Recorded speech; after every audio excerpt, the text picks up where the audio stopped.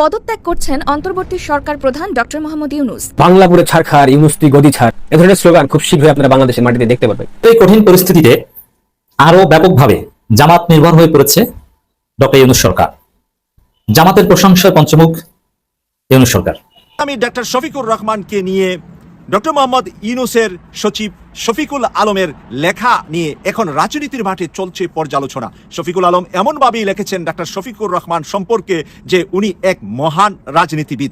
শুধু মহান রাজনীতিবিদ নয়, বাংলাদেশের প্রান্তিক কালগুলাতে গত এক বছরে ডক্টর শফিকুর রহমানের যে ভূমিকা, সেই ভূমিকা যেন অনুসরণ করে অন্যান্য রাজনৈতিক দলের নেতারা। পাশাপাশি শফিকুল আলম লিখেছে জামাত যে একটি সুশৃঙ্খল রাজনৈতিক দল, সেই সুশৃঙ্খল রাজনৈতিক দল থেকে অন্যান্য রাজনৈতিক দলগুলোও শিক্ষা নিতে পারে। এতে করে খেপে গিয়েছেন অনেক বিশ্লেষকরা যারা নাকি জামাত পছন্দ করেন না। তাই সরকারকে এখন দোষারোপ করা হচ্ছে যে এই সরকার দাঁড়িয়ে আছে মূলত এনসিপির উপরে নয়, মূলত জামাতের উপরে। আসসালামু আলাইকুম রহমতুল্লাহ। দর্শক শ্রোতা, আশা করি সকলে ভালো আছেন, আলহামদুলিল্লাহ। দর্শক, আপনারা ভিডিও শুরুতে ভিডিওর বিশেষ কয়েকটা অংশ এবং থাম্বনেল দেখে বুঝে গেছেন যে আসলে কতটা গুরুত্বপূর্ণ ভিডিও তো ছিল আজকে। দর্শক, এই জন্য ভিডিওর বিষয়ে আমি কথা বলতে চাচ্ছি না, সরাসরি ভিডিওতে চলে যাব। এই জন্য আপনারা ভিডিও না টেনে সম্পূর্ণ দেখবেন, তাহলে আপনারা সম্পূর্ণ বিষয়গুলো বুঝতে পারবেন। চলুন আর কথা না আবার একটি লাইক দিয়ে আমরা সকলের বিশ্লেষকের আলোচনাগুলো শুনে আসি। চলুন। বাংলাপুরে ছাড়খার, ইউনূস তুই গদি ছাড়, এ ধরনের স্লোগান খুব শীঘ্রই আপনারা বাংলাদেশের মাটিতে দেখতে পারবেন। বাংলাদেশ এক সময় দক্ষ কূটনৈতিক ভারসাম্যের একটা প্রতীক ছিল দক্ষিণ এশিয়াতে। পুরো বিশ্ব বাংলাদেশকে দেখে হাততালি দিত আর বলতো যে একটা দেশ কিভাবে কূটনৈতিকভাবে এতটা সফল, তারা কিভাবে তিনটা পরাশক্তির সাথে ক্ষমতার ভারসাম্য মেনটেন করে তারা দেশ পরিচালনা করছে। এই ক্ষেত্রে মাননীয় প্রধানমন্ত্রী শেখ হাসিনার একটা বিশ্বব্যাপী জনপ্রিয়তা ছিল যে তিনি এককভাবে একসাথে চীন, রাশিয়া এবং মার্কিন যুক্তরাষ্ট্র এবং ভারতের মতো পরাশক্তিদেরকে ব্যালেন্স করে তিনি রাষ্ট্র পরিচালনা করছেন। কিন্তু আমাদের শান্তির মহাজন, শান্তির পায়রা বাংলাদেশে এসে বাংলাদেশের মেরে দিয়েছে। যেটা বলছিলাম, ভারতের সাথে সাংস্কৃতিক এবং সীমান্ত জটিলতা থাকার পরেও অসংখ্য কূটচাল, পাশাপাশি চীনের সাথে $2 বিলিয়ন অবকাঠামো এবং প্রযুক্তি নির্ভর বাণিজ্যিক সম্পর্ক ছিল, রাশিয়ার সাথে পরমাণু বিদ্যুৎ প্রকল্প, সামরিক প্রশিক্ষণ এবং যুক্তরাষ্ট্রের সাথে উন্নয়ন ভিত্তিক অংশীদারিত্ব সবই একটি সুসংহত অবস্থানে ছিল। কিন্তু সুদখোর ইউনূস ক্ষমতায় এসেই সেই ভারসাম্যকে নস্যাৎ করে ফেলেছে, একদম ধ্বংস করে ফেলেছে। একের পর এক আত্মঘাতী সিদ্ধান্ত। ভারতের 7 সিস্টার্স খেয়ে দেবো, 7 সিস্টার্স উত্তপ্ত হবে, 7 সিস্টার্স এইটা করবো সেইটা করবো, অনেক কথা বলেছে। এই অঞ্চলে ইউনূসের বিতর্কিত মন্তব্য এবং সীমান্তে কথিত জাতিগত স্বাধীনতার পক্ষে অবস্থান নেবার কারণে দিল্লি সরাসরি ডক্টর ইউনূসের সরকারকে তাদের শত্রু হিসাবে গণ্য করা শুরু করে দেয়, যেটা তাদের আভ্যন্তরীণ নিরাপত্তার বিরুদ্ধে একটা মন্তব্য বলে তারা বিবেচিত করেছিল। এরপর তারা কি করলো, যা হবার ছিল তাই হয়েছে। ট্রান্সশিপমেন্ট সুবিধা বন্ধ করে দিয়েছে, ভিসা বন্ধ করে দিয়েছে এবং সীমান্তে নজরদারি জোরদার করেছে। পাশাপাশি সীমান্তে যাতে করে কোনো প্রকার অঘটন না ঘটে সেই জায়গা থেকে তারা সীমান্তকে সেনা উপস্থিতি বাড়িয়ে দিয়েছে, যেটা অতীতে কখনো করা হয়নি। বিশেষ করে শিলিগুড়ি করিডোর, চিকেন নেক অঞ্চলে ভারত তাদের সেনাবাহিনী ডেপ্লয় করেছে, S-400 ডেপ্লয় করেছে, যে আকাশ প্রতিরক্ষা সিস্টেম রাফায়েল রাখা হয়েছে সেখানে। এগুলো সবকিছু হয়েছে শান্তির দূত, শান্তির পায়রা ডক্টর ইউনূসের কর্মকাণ্ডের কারণে। সবকিছু করার পর কৌশলগতভাবে ভারত বাংলাদেশকে একটা শত্রুর তালিকায় ফেলে দেয়। এরপর ইউনূস কি করলো, আমাদের মহাজন যখন ভারতকে হারিয়ে ফেললো তখন অনেক চামচামি করেছে ভারতের সাথে সম্পর্ক ঠিক করার জন্য, ইলিশ পাঠিয়েছে, আম পাঠিয়েছে, অনেক কিছু। বাট ভারত কখনো আর সেটাকে বিশ্বাস করেনি, কারণ কুকুরের লেজ কখনো সোজা হয় না। ঠিক তখন ডক্টর ইউনূস যখন বুঝে গেল যে ভারত তো আমাদেরকে ত্যায্য করেছে, এখন তো আমাদের নতুন বাপ লাগবে, সে জায়গা থেকে নতুন বাপের সন্ধানে গেল চীনে 2025 সালের জানুয়ারি মাসে। এরপর ইউনূস চাচা কূটনৈতিক সহানুভূতির দৃষ্টিভঙ্গি রেখে আপনার বেজিং সফরে গেল, কিন্তু সেখানে গিয়ে সেই একই বিতর্কিত মন্তব্য, 7 সিস্টার্স প্রসঙ্গ তুলে দক্ষিণ পূর্ব এশিয়ার সব থেকে ক্ষমতাধর দেশ ভারত, সেই ভারতের বিরুদ্ধে আবার মন্তব্য। এবং এই মন্তব্যের ফলে চীন বুঝে গেল যে এ আসলে কুকুরের লেজ কখনো সোজা হয় না। তো সেই জায়গা থেকে এর সাথে সুসম্পর্ক করা মানে নিজের পায়ে নিজে কুড়াল মারা।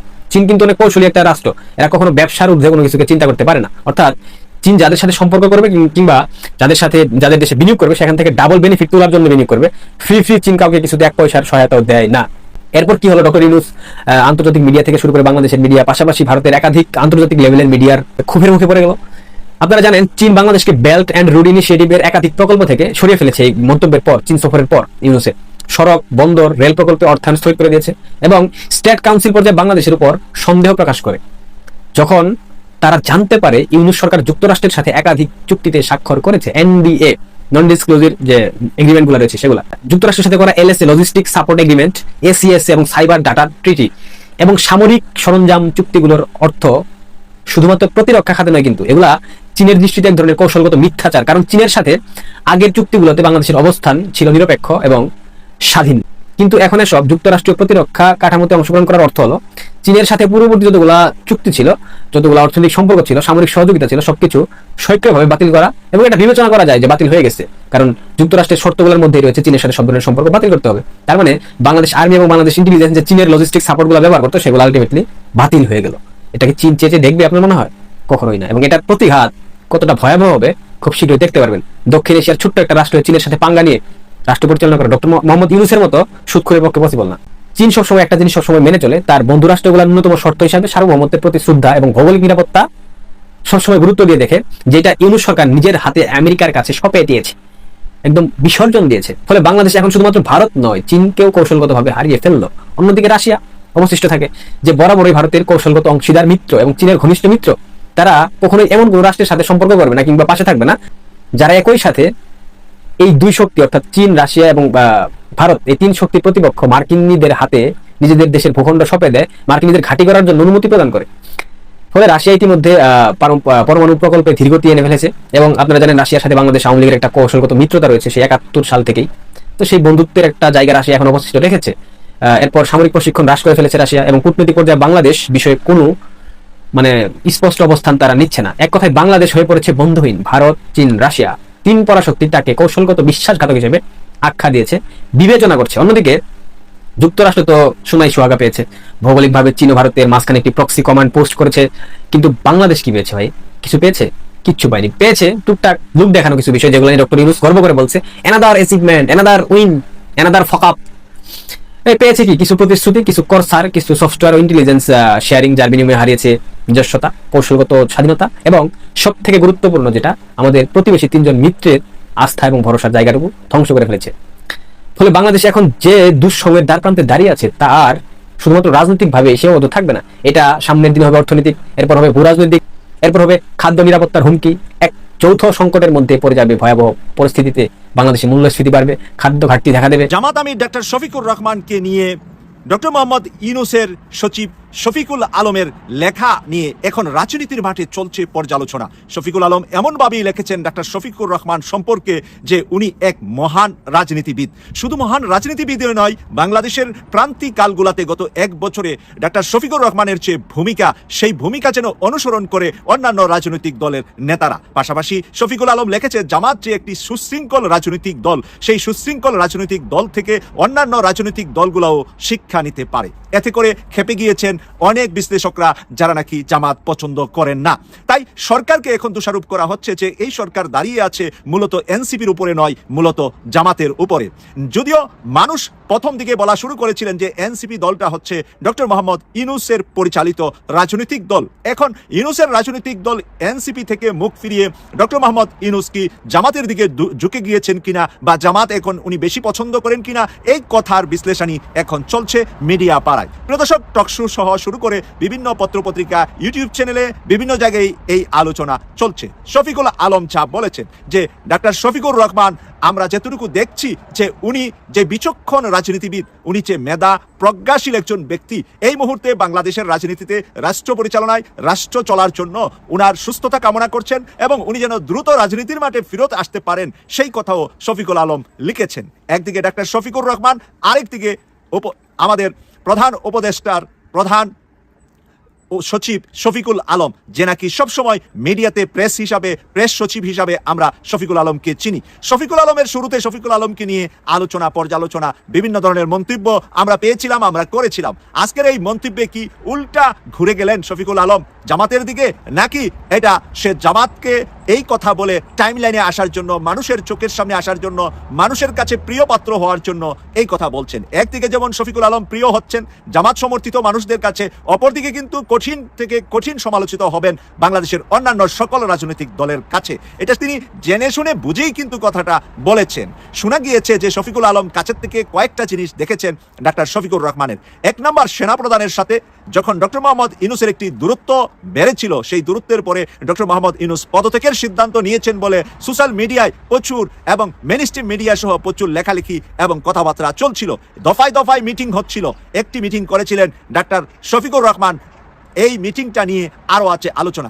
এই মিটিং শুধু তিনি এক জায়গায় নয়, কয়েক জায়গায় উনি করেছেন। বেগম খালেদা জিয়ার সাথেও টেলিফোনে মিটিং করেছেন জামাত আমির ডাক্তার শফিকুর রহমান। সেনাপ্রধান ওয়াকারুজ্জামানের সাথে সরাসরি সাক্ষাৎ করে উনি বৈঠক করেছেন। তখনকার সময়ে বিভিন্ন নিউজে আমরা পেয়েছি, যদিও জামাত থেকে বা জামাতের আমির ডাক্তার শফিকুর রহমান এই বিষয়ে কোনো বিবৃতি দেন নাই, কিন্তু দেশকে শান্ত করার জন্য, সেনাবাহিনীর সাথে বর্তমান অন্তর্বর্তীকালীন সরকারের সুসম্পর্ক বজায় রাখার জন্য বা সুসম্পর্কটি কন্টিনিউ রাখার জন্য, ভেদাভেদ সৃষ্টি যাতে না হয় সেজন্য নাকি প্রথম আর্ধে সবচাইতে বড় ভূমিকা পালন করেছেন জামাতের আমির ডাক্তার শফিকুর রহমান। এবং সেখান থেকে ডক্টর মোহাম্মদ ইউনূস আরও দুর্বল হয়েছেন ডক্টর শফিকুর রহমানের উপরে। উনি মনে করছেন ওনাকে ছায়া দিয়ে টিকিয়ে রেখেছেন জামাত আমির ডাক্তার শফিকুর রহমান। জামাত শিবিরের অক্লান্ত পরিশ্রমে বা জামাত শিবিরের প্রাজ্ঞতায়, পারদর্শিকতায় সর্বশেষ শেখ হাসিনা দিল্লিতে যেতে বাধ্য হয়েছেন, এই কথাটা যেন আমাদের অজান্তেই আমাদের প্রধান উপদেষ্টা ডক্টর ইউনূস সাহেব বিশ্বাস করছেন। এবং সেই বিশ্বাসের মাধ্যমেই উনি মনে করছেন ওনার জীবনে যে প্রধান উপদেষ্টা হওয়ার সুযোগ পেয়েছেন, কারাগারে যেখানে যাওয়ার কথা ছিল, শেখ হাসিনা যাকে 10তলা ভবনে হাঁটিয়ে উপরে তুলতেন আবার হাঁটিয়ে নামাতেন, সেই ভবনগুলাতে, আদালতগুলাতে উনি দিনের পর দিন আসা যাওয়া করছিলেন, রেডি ছিলেন, প্রস্তুত ছিলেন যে কোনো সময় কারাগারে ওনার যেতে হবে।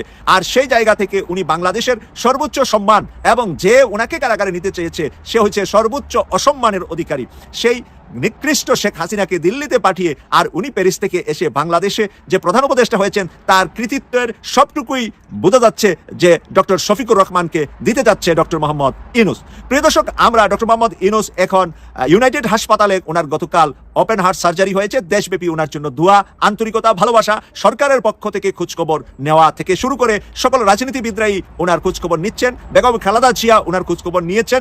আজকে তারেক রহমান সাহেবের পক্ষ থেকে শহীদুদ্দিন চৌধুরী এবং সুহেল ভাই দুইজন কেন্দ্রীয় অ্যাসিস্ট্যান্ট সেক্রেটারি বিএনপি থেকে গিয়ে হাসপাতালে ওনার খোঁজখবর নেন। সেখানে এহসানুল মাহবুব জুবায়ের জামাতের অ্যাসিস্ট্যান্ট সেক্রেটারি এবং কেন্দ্রীয় মজলিসে শুরার সদস্য সিলেট মহানগরের আমির জনাব ফখরুল ইসলাম দুইজন তাদেরকে স্বাগত জানা। আমরা এই চারজনের ছবি কিছুক্ষণ আগে বিভিন্ন মিডিয়াতে প্রচার হয়েছে এবং জনাব তারেক রহমানের নাম লেখা ফুলের তোড়াটিও আমরা দেখতে পেয়েছি। তাহলে জনাব তারেক রহমানও ডাক্তার শফিকুর রহমানকে সম্মান করেন, ভালোবাসেন বা ভালোবাসার এই কথা মানুষের সামনে উনি সরাসরি প্রকাশ আজকে করেছেন। এর আগেও আমরা দেখেছি লন্ডনে ডাক্তার শফিকুর রহমান, ডাক্তার সৈয়দ আব্দুল্লাহ মোহাম্মদ তাহের, জনাব তারেক রহমান এবং বেগম খালেদা জিয়ার একটি উচ্চ গোপনীয়তার সাথে বৈঠক হয়েছিল। বৈঠকের পরে আমরা জানতে পেরেছি এবং সেই বৈঠকের পরেও আমরা রাজনীতিতে আসার আলো দেখেছিলাম। প্রিয় দর্শক, আজকের এই জায়গাতে দাঁড়িয়ে মানুষ যেভাবে জামাত এবং ছাত্র শিবিরের সেক্রেটারি মহিউদ্দিন, যে নাকি ঢাকা বিশ্ববিদ্যালয়ের সেক্রেটারি মহিউদ্দিনকে নিয়ে আজকে আমরা দেখতে পেলাম যে তার একজন সহপাঠী একটি মেয়ে একটি ফেসবুকে স্ট্যাটাস লিখেছে, বলছে যে মহিউদ্দিনের মতন মেধাবী, সে ফার্স্ট ক্লাস ফার্স্ট হয়েছে। ছাত্র শিবিরের বর্তমান ঢাকা বিশ্ববিদ্যালয়ের সেক্রেটারি তার ডিপার্টমেন্টে ফার্স্ট ক্লাস ফার্স্ট হয়েছে। সেই কারণে তার প্রশংসা করে লেখলো যে মেধাবীরা ছাত্র শিবির করে এবং এই মেধাবীরা একদিন বাংলাদেশকে আলোড়িত করবে, এরকম একটি লেখা থেকে ফেসবুকে লেখার কারণে আজকে সোশ্যাল মিডিয়ায় এটা নিয়ে খুব আলোচনা চলছে। আমরা যখন 24 সালে বিজয় করেছি, বিজয়ের পরপর মহিউদ্দিনের সরাসরি একজন নারী শিক্ষক মহিউদ্দিন নিয়ে লিখেছিলেন, মহিউদ্দিনের মতো ছেলে যদি শিবির করে তাহলে শিবির নিশ্চয়ই ভালো।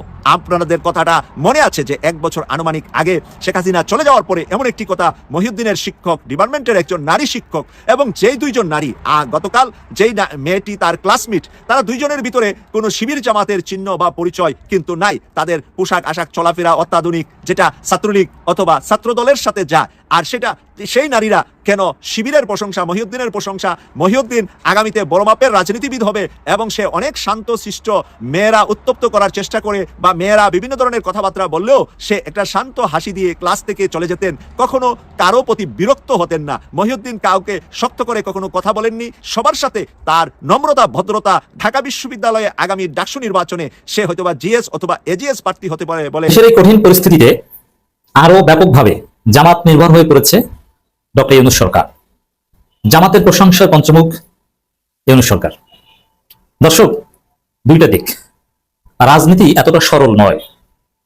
ইসলামপন্থী হুজুর, আলেম ওলামা, পীর মাশায়েখ, তাদের ইন্টারনাল ডেকোরেশন, ইন্টারনাল হিসাব নিকাশ, আর সরকার, রাষ্ট্র, পলিটিক্যাল পার্টির ইন্টার রিলেশনস, এগুলো এক নয়। যেমন জামাতের মধ্যে দেখবেন তাদের বেশিরভাগই সরল, তাদের সম্পর্কগুলো সরল, তাদের ভালো লাগা, ভালোবাসা, শ্রদ্ধাবোধ এগুলো নিশ্চয় আল্লাহর সন্তুষ্টির জন্য, দুনিয়ার হিসাব নিকাশের ঊর্ধ্বে। এটাই তাদের শেখানো হয়, এটাই তাদের শিখেছে এবং এটা ইসলাম। কিন্তু রাষ্ট্র, এটা যারা মুত্তাকি তাদের ক্ষেত্রে রাষ্ট্রের সাথে সম্পর্কটা এটা এভাবে সরল হয় না। রাষ্ট্রের সাথে ডিলিংটা সবসময় নিষ্ঠুর হয়, স্বার্থের ভিত্তিতে হয়। এই জন্য দেখবেন যে ওসমান রাদিয়াল্লাহু আনহুর মতো মহান সাহাবী রাষ্ট্র পরিচালনা করতে যে স্বজনপ্রীতি সহ নানান হিসাব নিকাশ উঠে এসেছে। আলী রাদিয়াল্লাহু আনহু আয়েশা রাদিয়াল্লাহু আনহার মধ্যে যুদ্ধ হয়েছে, মুআবিয়া রাদিয়াল্লাহু আনহু আলী রাদিয়াল্লাহু আনহুর মধ্যে যুদ্ধ হয়েছে, ঝামেলা হয়েছে। রাষ্ট্র জিনিসটা অতি জটিল, সেখানে তাকওয়া কিংবা আল্লাহর সন্তুষ্টি এইগুলোর সংজ্ঞাটা একটু আলাদা। এখানে নিষ্ঠুরতা আছে। আপনি চিন্তা করেন যে কতটা নিষ্ঠুরতা থাকলে রাষ্ট্র ব্যবস্থা ডিলিংসটা আয়েশা রাদিয়াল্লাহু আনহা এবং আলী রাদিয়াল্লাহু আনহুর মধ্যে যুদ্ধ হতে পারে, কতটা নিষ্ঠুরতা থাকলে মুআবিয়া এবং আলীর মধ্যে যুদ্ধ হতে পারে, ওসমান রাদিয়াল্লাহু আনহুর বিরুদ্ধে সাহাবীদের একটা অংশ দাঁড়িয়ে যেতে পারে, কতটা নিষ্ঠুর ব্যবস্থা হলে। যে সাহাবীরা এক ভাই আরেক ভাইয়ের জন্য, আপনি আনসার মুহাজিরদের কাহিনী জানেন, স্ত্রীকে দিয়ে দিত যে আমার 2-3টে স্ত্রী আছে, তুমি মুহাজির মানুষ এসেছো, তোমার নাই, আমি একজনকে দিয়ে দিলাম, তুমি নিয়ে নাও। এটা তখনকার সময় এটা অনেক কিছু, বর্তমান বাস্তবতার সাথে স্ত্রীকে দিয়ে দেওয়া বা এটা আপনার কাছে ফালতু মনে হবে, কিন্তু তখনকার সময়ে একজন অনেক স্ত্রী থাকতো, তালাক দিয়ে দেওয়া যেত। এই জিনিসটা স্যাক্রিফাইসের সর্বোচ্চ নমুনা ছিল। মানে এগুলো করতো তারা, কিন্তু তারা পরবর্তীতে যুদ্ধে জড়িয়েছে। ক্ষমতা একটা নিষ্ঠুর বিষয়। অতএব যেমন আমিরে জামাতের চিকিৎসা বা নানান বিষয়ে কোন হুজুর কোন ইসলামপন্থী যদি প্রশংসা করে, তার পক্ষে বলে, এটা এক জিনিস, বা তাকে গ্লোরিফাই করে, হুজুর মানুষ আলেমদের মতো, আলেমদের মহব্বত করেন, এটাই। কিন্তু রাষ্ট্র যখন আমিরে জামাতের কোন বিষয়কে গ্লোরিফাই করবেন, তাহলে বুঝবেন যে এর পেছনে স্বার্থ আছে। এত সরল নয় যে এমনি এমনি আলহামদুলিল্লাহ বিসমিল্লাহ দোয়া দরুদ করে দিল। রাষ্ট্রের রাজনীতি এত সহজ নয়। এই ব্যাকগ্রাউন্ডটা বুঝতে হবে, আলোচনা বুঝতে হবে। এই সরকারের অন্যতম প্রভাবশালী কর্তা ব্যক্তি, এই সরকারের 3-4 জন প্রভাবশালীর মধ্যে যদি ধরা হয়, তার মধ্যে একজন প্রেস সচিব শফিকুল আলম। তিনি বলছেন জামাতের শৃঙ্খলা সততা সব রাজনৈতিক দল অনুসরণ করা উচিত। বাবা, বিশাল কিছু। এত পাম জামাতকে কেন দিচ্ছে? তিনি কি আসলেই জামাতকে এত ভালো জানেন? বা ভালো জানলেও জামাত ভালো এটা আওয়ামী লীগে জানতো, কিন্তু এভাবে ভালো সার্টিফিকেট কি দেয় এমনি এমনি? কখনো না, এর পেছনে অনেক স্বার্থ আছে। রাষ্ট্রের একজন কর্তা ব্যক্তি, দায়িত্বশীল প্রেস সচিব, ওটা মন্ত্রী চাইতে বড় কিছু, ওই পদে থেকে যে জামাতের শৃঙ্খলা সততা সব রাজনৈতিক দল অনুসরণ করা উচিত, এই এত বড় সার্টিফিকেট কোন বিশেষ উদ্দেশ্য ছাড়া কেউ দিবে না। শিবিরের সাবেক সাথী আব্দুল কাদের মাহফুজ আলম শিবিরের সাবেক সাথী উপদেষ্টা, এখন শিবিরকে চেনে না তার ক্ষমতার জন্য, তার ভবিষ্যৎ আত্মপ্রতিষ্ঠার জন্য। আর এই শফিকুল আলম, তাকে শিবির ট্যাগ দেওয়া হয়েছে 15 বছর আগে, তিনি আসলে কোনো শিবির করতেন না, তিনি জামাতকে এভাবে গ্লোরিফাই করবেন, এটা তো হতেই পারে না। যেখানে সরকারের উপদেষ্টাদের একটা অংশ জামাতকে দেখতে পারে না, আসিফ মাহফুজ জামাতকে ঠেকাতে মরণপণ চেষ্টা করছে, সেখানে শফিকুল আলম এত গ্লোরিফিকেশন কেন করছে? এর কারণ হচ্ছে এই জুলাই সনদ, আগামী নির্বাচন, সংস্কার, জুলাই ঘোষণাপত্র সব মিলিয়ে যে পরিস্থিতি তৈরি হয়েছে, দেশে যে অস্থিতিশীলতার একটা ঝুঁকি আছে, এই জায়গায় সরকার টিকে থাকার জন্য ব্যাপকভাবে জামাত ইসলামী নির্ভর, জামাতের সমর্থন দরকার। এই জন্য জামাতের প্রশংসা করতে হবে, গ্লোরিফাই করতে হবে, এটি হচ্ছে বাস্তবতা। তো দর্শক, এই শফিকুল আলম কি বলেছে, এটা আসলে অবাক করার মতো, যে জামাতের শৃঙ্খলা সততা সব রাজনৈতিক দল অনুসরণ করা উচিত। মানে কি, জামাতের পক্ষে দাওয়াতি কাজ করছেন?